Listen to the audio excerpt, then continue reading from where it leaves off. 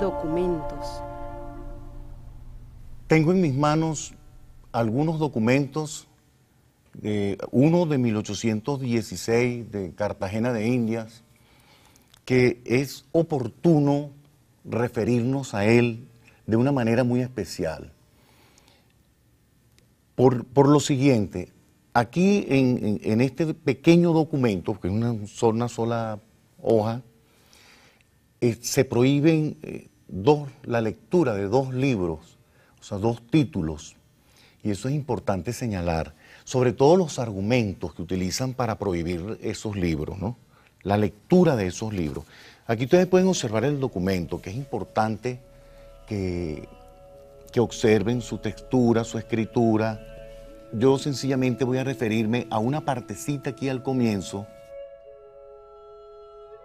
En todos los tiempos ha enseñado una triste experiencia, los daños que causa la religión al rey y a la tranquilidad de las conciencias, la lectura de ciertos libros y papeles con malicia diabólica, cuya ignominia humana contagia y llena, y sigue la heredad del Señor y sigue por allí. Pero fíjense el calificativo que le dan a ese libro, ¿no? Con malicia diabólica. O sea, era la manera de prohibir una lectura. Ahora bien, ese libro, aquí está el título, Catecismo o Instrucción Popular, impreso en Cartagena en 1811. Entonces, ese libro en este momento es el libro que se está prohibiendo. Pero más adelante nos encontramos con otro dato también muy importante, porque se está prohibiendo una edición del libro Los Derechos del Hombre. Los Derechos del Hombre es un libro fundamental. Este libro fue el que dio origen a casi todas las constituciones en el mundo, porque son los derechos del hombre, pues. Como un libro que, imagínense ustedes, para la Inquisición, este libro era sumamente peligroso, porque precisamente hablan de los derechos del hombre, los derechos del ser humano, pues. Entonces, ¿por qué lo prohíben allí? Vamos a ver qué encontramos acá. Los derechos del hombre, prohibido ya en 1795, volvemos a repetir su prohibición por ser una obra cuyo objeto es inspirar y favorecer la libertad de religión. Por esa sencilla razón, porque el libro propone libertad de religión, entonces el libro tiene que ser prohibido, pues. Entonces, documentos como estos, fíjense cómo en un documento tan pequeñito se cuestiona la lectura de dos libros fundamentales, diría yo. Aquí en América llegaban órdenes así muy agresivas, muy claras. Fíjense este documento. A los señores regentes, entonces se va dirigiendo allí las recomendaciones que le hace. Dicen que el contenido de este documento le dice que a los señores que gobiernan acá por estas tierras, que tengan cuidado, que están circulando papeles, libros que atentan pues contra España, contra el rey, y ahí lo dice, que son documentos peligrosísimos, que deben ser censurados. Ahí está el documento, pues, ahí está la hojita. A veces nos quedan, son fragmentos. Es una lástima, porque estos documentos, yo recomiendo que más adelante sean editados, pues, sean publicados, para que sean conocidos por todos. Porque a eso vamos. En contra de la prohibición de libros, pues proponemos la lectura de esos documentos que prohíben la lectura, valga la redundancia, de los libros y de los documentos en sí. Esto fue tachado por la Inquisición. Simplemente se tachaban los fragmentos, lo que no les convenía a ellos, lo que ellos consideraban que debería ser censurado, prohibido, pues aplicaban las tintas de una vez e intervenían en el documento directamente. Esto para que tengan una idea de cuáles eran los procedimientos. Ahora bien, la cosa no queda allí. La cosa no queda allí. Fíjense, nada más no era cuestionar un libro, evitar que el libro circulara, prohibirlo. No era nada más recoger la edición, era también la persecución de los impresores, la persecución de los editores, de los autores, por supuesto, del libro, que es una persecución, pero incansable, ¿no?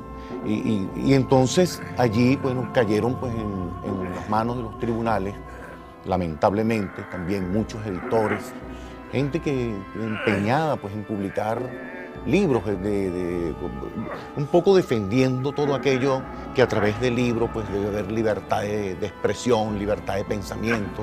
Y entonces pues cuando se publicaba un libro, cantidades eran prohibidos por la Inquisición. Yo no sé, fíjense, como decía hace un rato, que eran de todos los géneros, ya casi todos los contenidos eran cuestionados.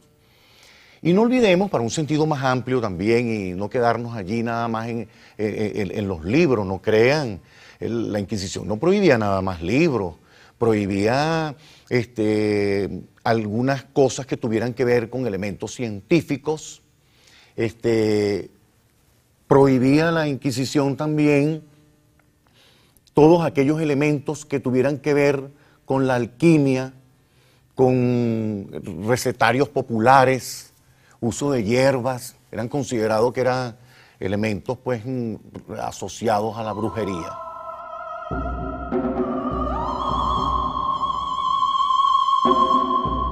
Francisco de Miranda, perseguido.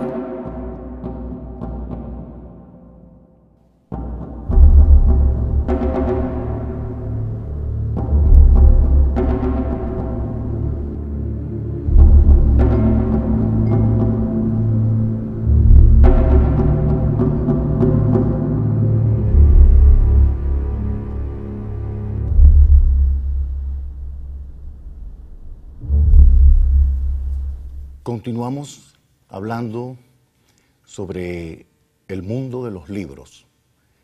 Y por supuesto, en los libros, si nos referimos a los contenidos, no es otra cosa que también las historias de las ideas. Hablando de las historias de las ideas, no podemos dejar de hablar del ilustre, generalísimo Francisco de Miranda. Cuando hablamos de ideas y de libros, no podemos dejar de nombrarlo, porque Francisco de Miranda, por ejemplo, tuvo una biblioteca gigantesca de libros de todas las materias, todas las disciplinas del saber y de la creación literaria. Con esto quiero decir que no voy a hablar ahorita de Francisco de Miranda, nuestro respetado Francisco de Miranda, desde el punto de vista histórico ni biográfico. Voy a hacer referencia un poco, muy someramente, sobre la relación de Francisco de Miranda con el mundo de los libros.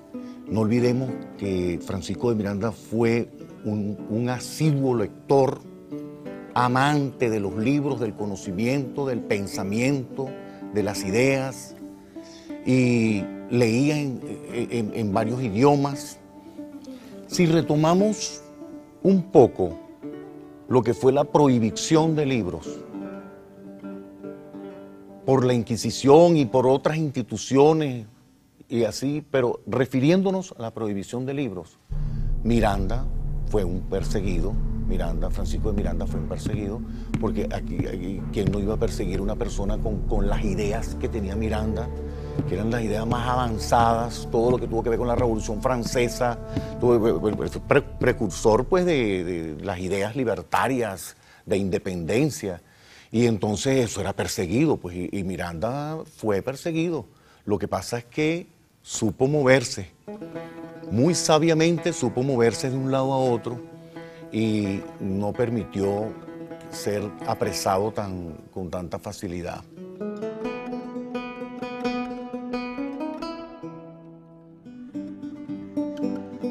Conclusión. Bueno, y así llegamos al final de la conversación de hoy dedicada a los libros prohibidos. Quería decirles a todos ustedes, no olviden que los libros, aun siendo prohibidos, quemados, secuestrados, podrán llevárselos, podrán esconderlos, pero jamás podrán llevarse la palabra impresa, porque la palabra lleva en su alma las alas de la libertad del ser humano. Será hasta una próxima oportunidad y me despido de ustedes con la frase de siempre de George Steiner: la lectura nos hace menos capaces de ser indiferentes.